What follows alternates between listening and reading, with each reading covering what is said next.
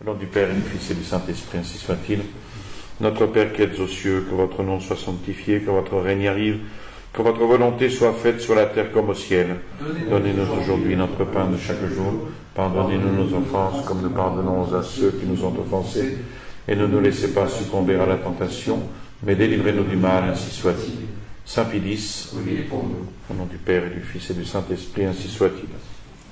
Alors, la dernière fois, nous avions parlé du service ordinaire du Sodalitium Pianum et du service ordinaire. Nous avions vu donc le service ordinaire qui comprenait la transmission journalière ou quasi journalière des matériaux de tout genre, les nouvelles informations, etc.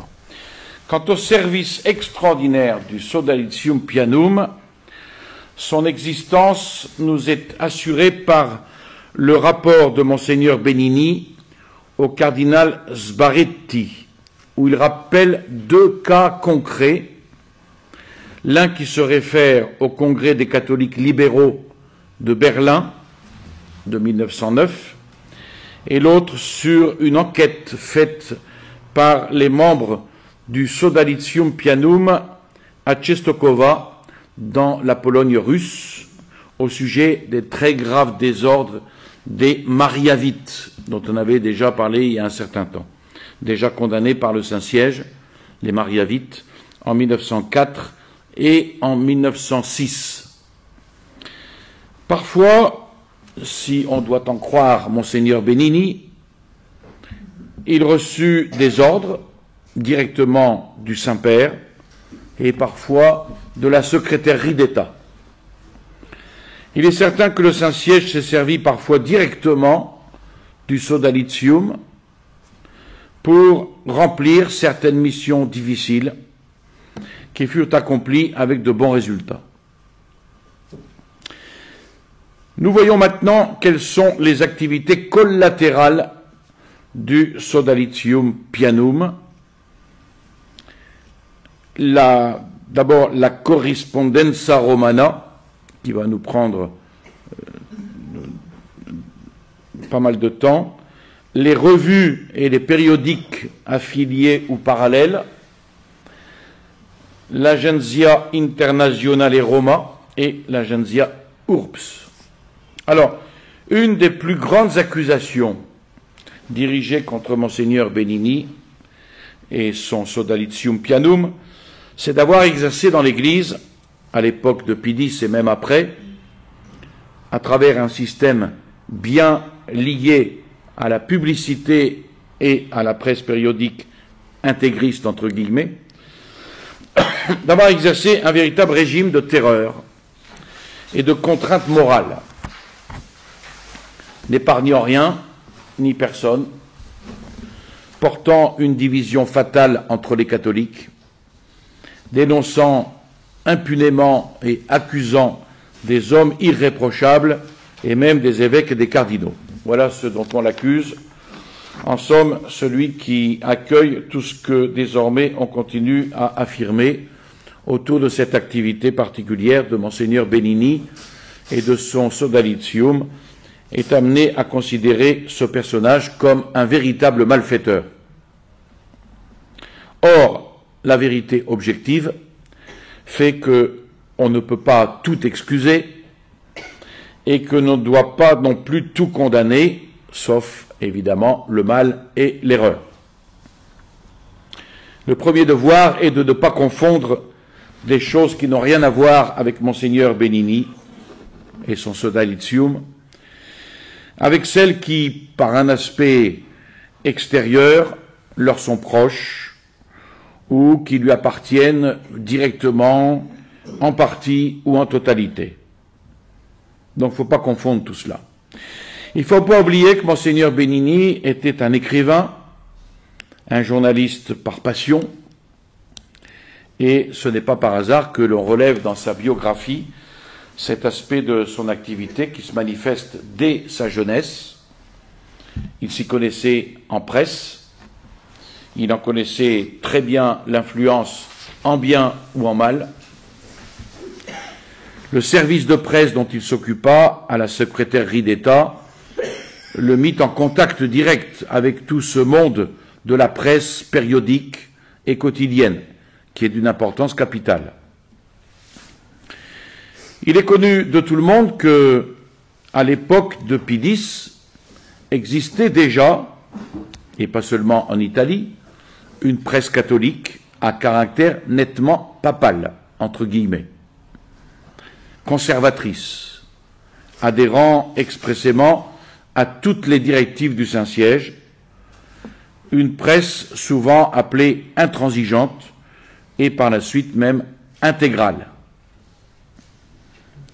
Donc des journaux catholiques ou des revues ou des feuilles de ce type, avec beaucoup de nuances, de tendances plus ou moins rigides, existaient déjà partout, même en dehors de l'Italie, et parfois il exista quelques liens entre ces différentes rédactions, même si ces liens étaient de nature purement amicale.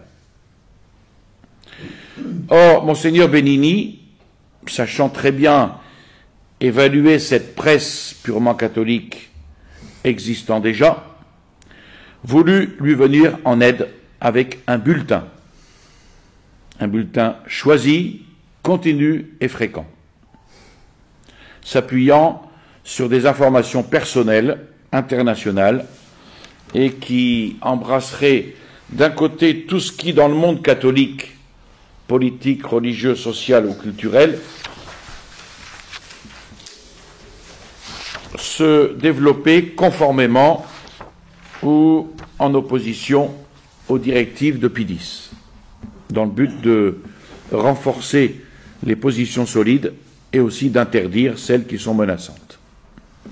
D'autre part, pour lancer de Rome le mot d'ordre qui indiquait les directions à suivre, qui coordonnerait les forces et qui unifierait les intentions, les orientations, avec cette double intention, fournir des informations, diriger la presse catholique, eh bien, avec cette double intention, sortit le 23 mai 1907 la première feuille de la Corrispondenza Romana, qui va atteindre rapidement une certaine célébrité,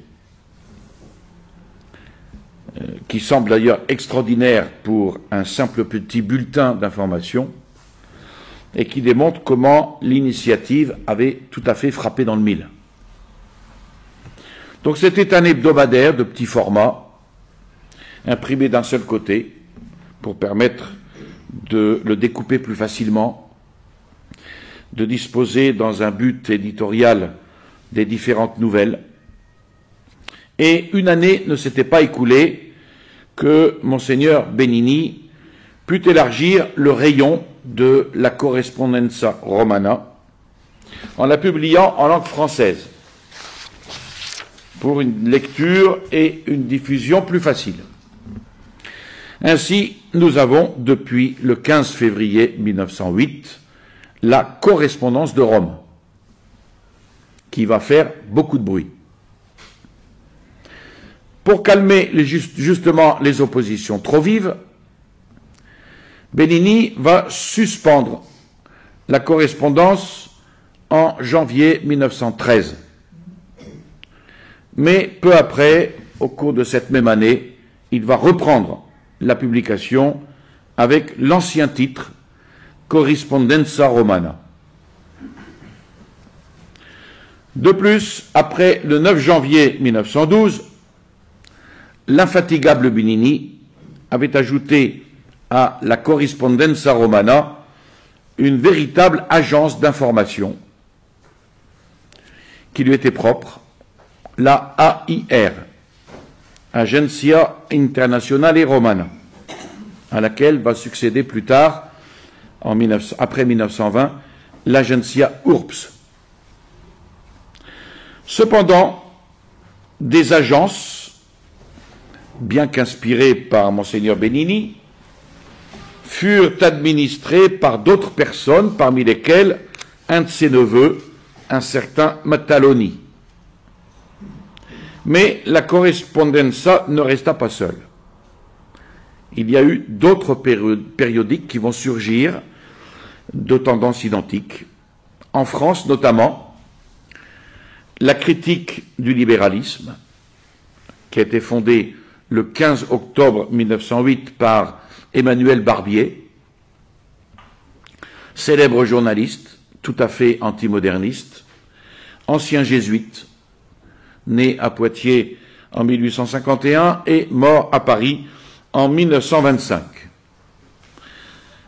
Deux de ses œuvres sont connues, bien connues, Le progrès du libéralisme catholique en France sous le pape Léon XIII et Ne mêlez pas Léon XIII au libéralisme.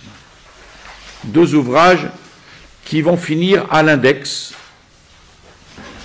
le 25 mai 1908, tandis que sa grande œuvre, Histoire du catholicisme libéral et du catholicisme social en France, en 6 volumes, n'est pas du tout sans mérite et n'a pas été mise à l'index.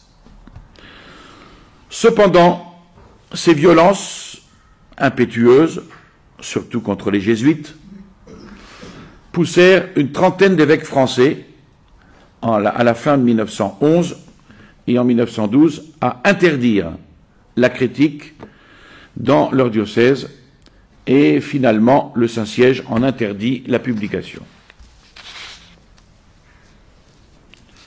Alors Emmanuel Barbier ne faisait pas partie il n'était pas membre du Sodalitium Pianum, mais il fut un correspondant, évidemment, et un informateur de la Correspondenza.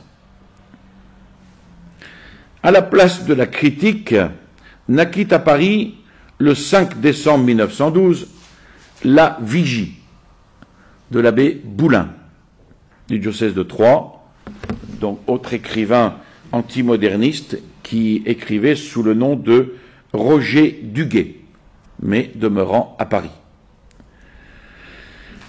Le 13 mars 1913, le cardinal Hamet obtint de l'évêque de Troyes qu'il rappela ce prêtre trop violent et embarrassant dans son diocèse d'origine, ce qui n'empêcha pas, bien sûr, la continuation, malgré tout, de la vigie. Boulin fut non seulement ami de Monseigneur Benini et membre du Sodalitium, mais c'était lui qui recevait son ami romain lorsqu'il se rendait à Paris.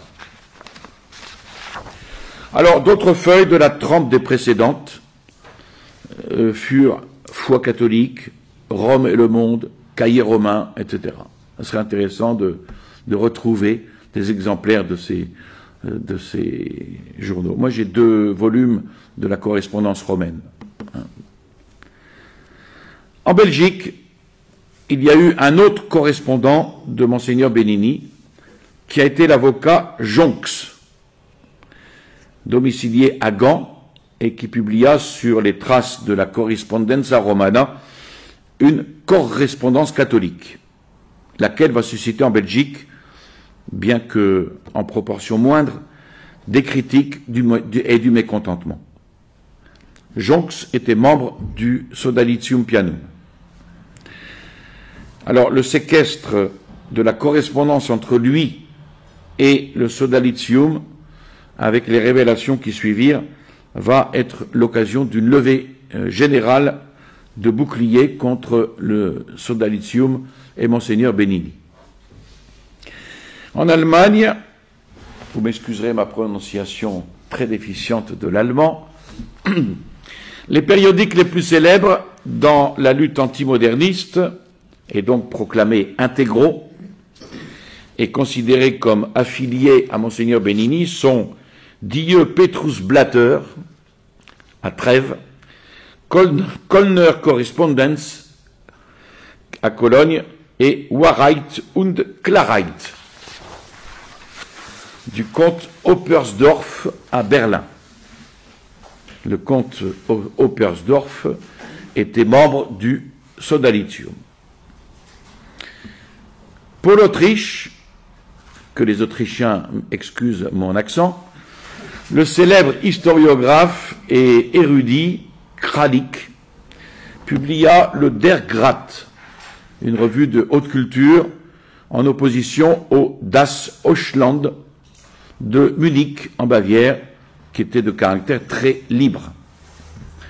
Les adversaires de Kralik vont le désigner comme chef intégral autrichien, de tendance fortement antilibérale, et donc suspecté comme intégral.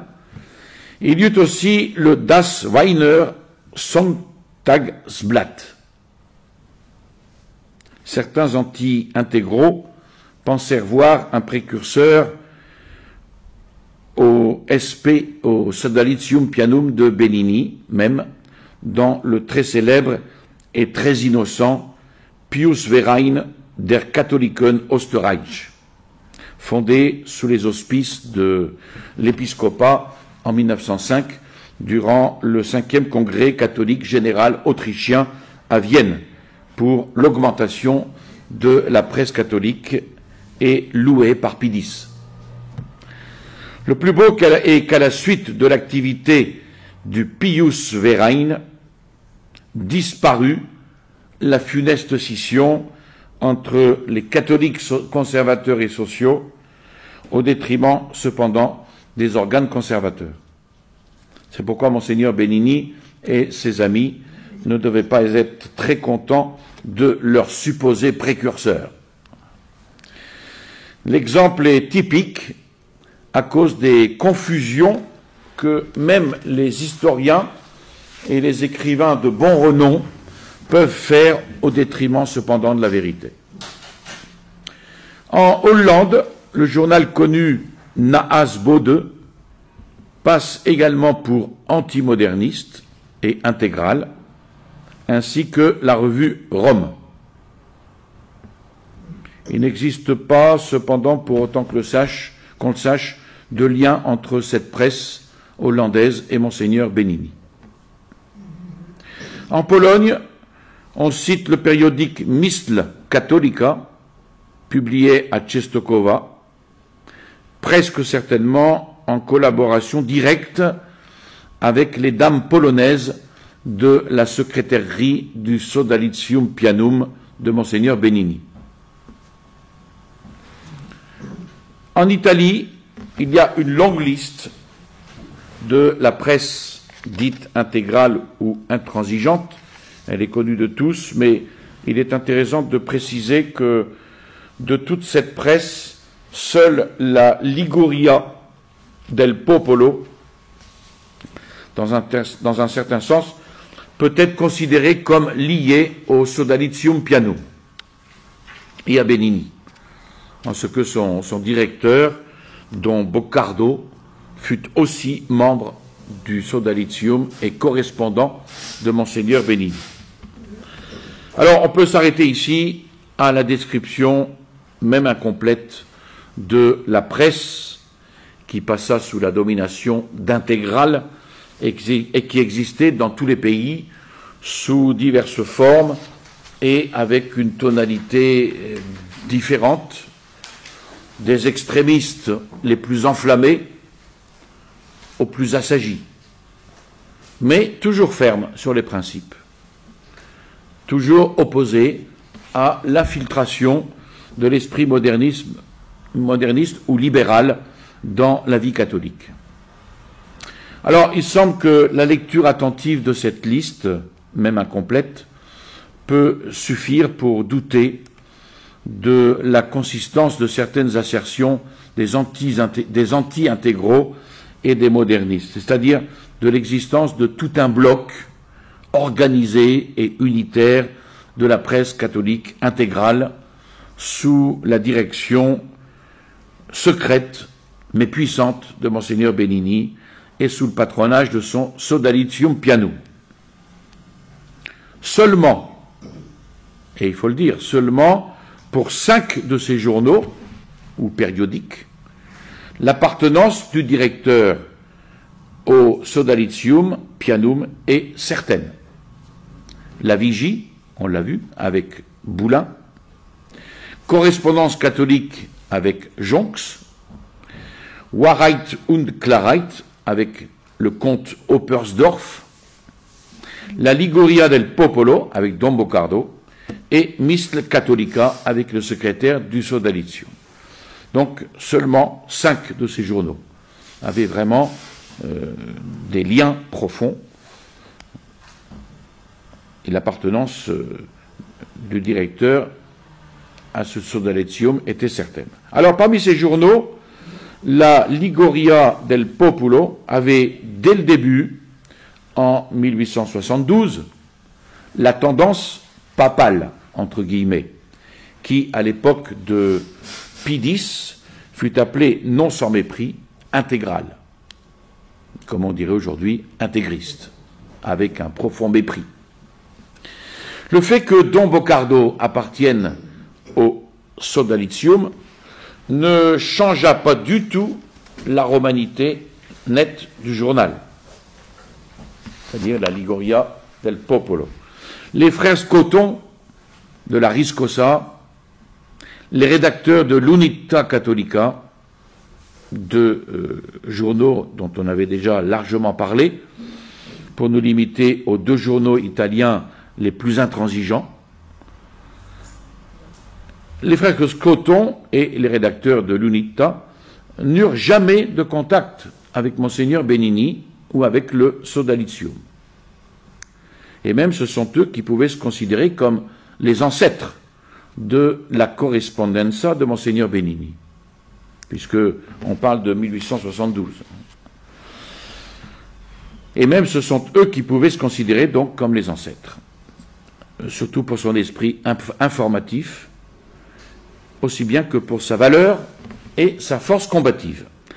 Donc en un mot, il est faux et il est grave, et c'est une grave erreur historique de mettre absolument toute la presse du monde de cette époque, de couleur et de tendance intégrale, dans un même sac, et de la dire entièrement affiliée à la Corrispondenza Romana, et de proclamer Benini leur père commun, et ainsi tout ce qu'on peut et qu'on veut lui faire endosser, l'attribuer au Sodalizium et à Monseigneur Benini. Ceci est faux. Alors, quelques constatations vont permettre de clarifier l'importante question de la presse intégrale, dirigée, dit-on, par Benini et son Sodalizium Pianum. D'abord, la Corrispondenza Romana de Monseigneur Benini ne dépend pas directement du Sodalizium. Les informations des membres du Sodalizium peuvent être utilisées, mais elles le sont, mais il y a certains correspondants qui ne sont pas membres du Sodalizium. Les amis personnels de Monseigneur Benini, des correspondants occasionnels, et ainsi de suite.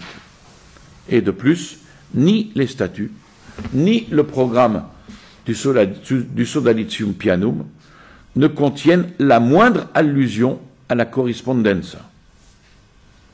Et l'origine de la correspondenza précède de 2 ans le Sodalizium Pianum. Deuxièmement, si un périodique, un journal de caractère intégral ou intransigeant, eut à une certaine époque un directeur, un rédacteur et un collaborateur qui fut aussi membre du Sodalizium, ce n'est pas pour cela qu'il est permis d'affirmer que ce journal était sous le patronage direct du Sodalizium ou de Monseigneur Benini. Troisièmement, la dépendance effective et directe d'une revue, d'un journal intégral de Monseigneur Benini ou du Sodalizium, doit être documentée, comme elle l'est, par exemple, pour la correspondance de Rome, la correspondance catholique de Jonx, ou au moins pour la correspondance privée, comme l'appelle Benini. Quatrièmement, le Sodalizium n'ayant obtenu du Saint-Siège qu'une certaine approbation préalable et générale de ses statuts et de son programme, on ne peut pas mettre en cause le Saint-Siège, en ce que le sodalitium, en tant que tel, est éventuellement agi dans le domaine de la publicité. Cinquième point, la correspondenza de Monseigneur Benini, n'étant pas un organe officiel ni officieux du Saint-Siège, mais une entreprise privée, on ne peut pas accuser le pape ni le Saint-Siège des défauts, des manquements et des excès qu'on lui attribue, avec ou sans raison. Et pour confirmer ce qui a été dit, pour illustrer certains aspects de cette question, eh bien, les propos de certaines personnes et certains faits concrets peuvent aider à comprendre. D'abord, un fait concret en faveur de la Correspondenza Romana.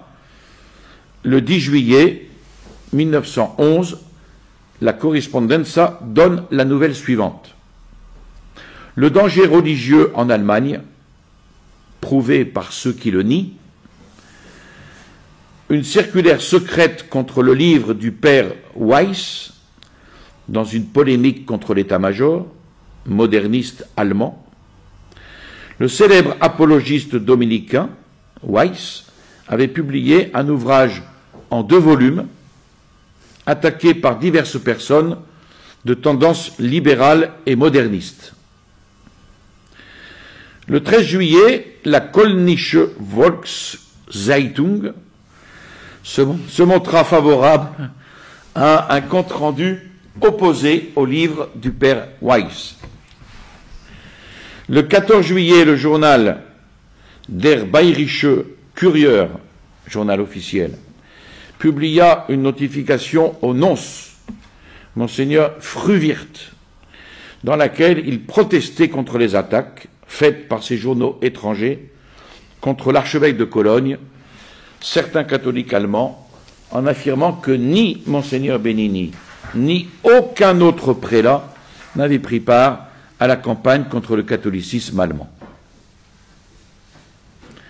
Ensuite, il y a des extraits de l'intervention du député Bénard à la Chambre française, qui fait connaître le caractère, l'influence, le prestige qu'avait la correspondance.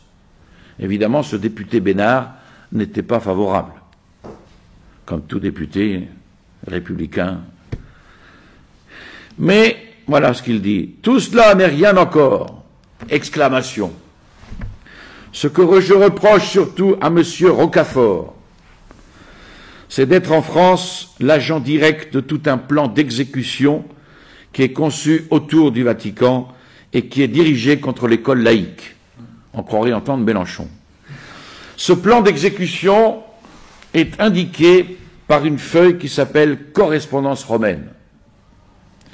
Rocafort en est à Paris le collaborateur ou l'informateur, comme vous voudrez. Il tient, lui, à son titre de collaborateur, d'autres pourront l'appeler informateur. Il est le collaborateur et l'informateur de cet organe, de ce bulletin de renseignement qu'on appelle la correspondance romaine, et sur lequel je dois maintenant m'expliquer, donc à la Chambre des députés. Qu'est-ce donc que la correspondance romaine? La correspondance romaine, j'ai là une partie de la collection, et j'ai eu en ma possession toute la collection depuis les origines. La correspondance romaine n'est pas un journal. C'est un petit bulletin d'information, de renseignement qui a commencé à paraître en 1907. Au début, la correspondance romaine paraissait sur une feuille. D'autres exemplaires en eurent 2.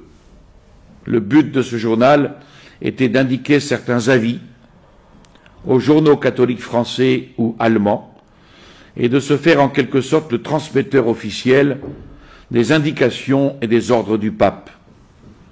Et c'était aussi à l'occasion de publier pas mal de fausses informations et de fausses nouvelles, de dénoncer pas mal de gens qui n'avaient pas commis la moindre faute.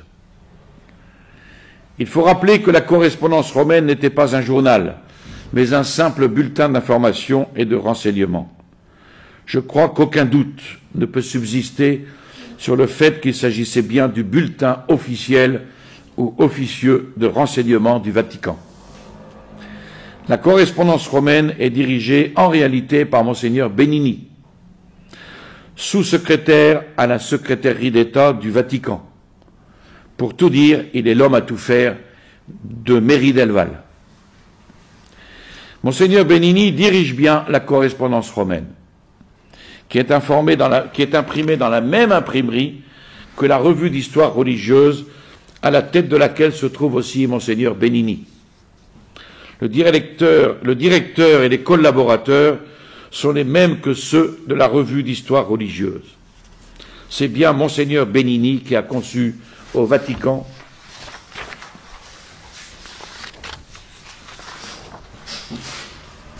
tout un plan d'organisation de la presse pour exercer une action non seulement contre toutes les lois de la laïcité, mais aussi une action contre la France. Et sur le caractère officieux de la correspondance romaine, on peut lire, quand elle changea de directeur, « Notre nouveau directeur n'aura qu'à continuer et renforcer son œuvre pour améliorer toujours notre bulletin, tout en le maintenant tel qu'il a été jusqu'à présent, ni officiel, ni officieux, mais simplement un organe digne de toute la considération que mérite un galant homme quand il donne quelque information. Pourtant, nous répétons formellement que la nature et la valeur de ces informations sont telles que nous les présentons. Si donc nous donnons une nouvelle en déclarant l'avoir reçue de sources compétentes, ceci veut dire que nous la donnons comme parfaitement authentique. Si notre bulletin publie des informations ou des notes de nos correspondants et collaborateurs, c'est naturellement sous leur responsabilité personnelle que nous les publions, ni plus ni moins. Tout atteste le caractère officieux de la correspondance romaine. Elle a pour but, et c'est là son rôle, de donner à la presse catholique française, car c'est surtout à la France qu'elle semble s'être attachée, des indications et des ordres. Chaque fois qu'elle dénonce quelqu'un, comme le rédacteur de La Croix révoqué, ou le professeur Bureau, qu'on a dénoncé pour être en même temps professeur à l'Institut catholique et au Collège des hautes études sociales, chaque fois que la correspondance romaine dénonce quelqu'un, ces dénonciations sont écoutées. Chaque fois qu'elle annonce une nouvelle, cette nouvelle est exacte. Et c'est là qu'on reconnaît le caractère tout à fait officieux de cette feuille, et c'est bien là son caractère.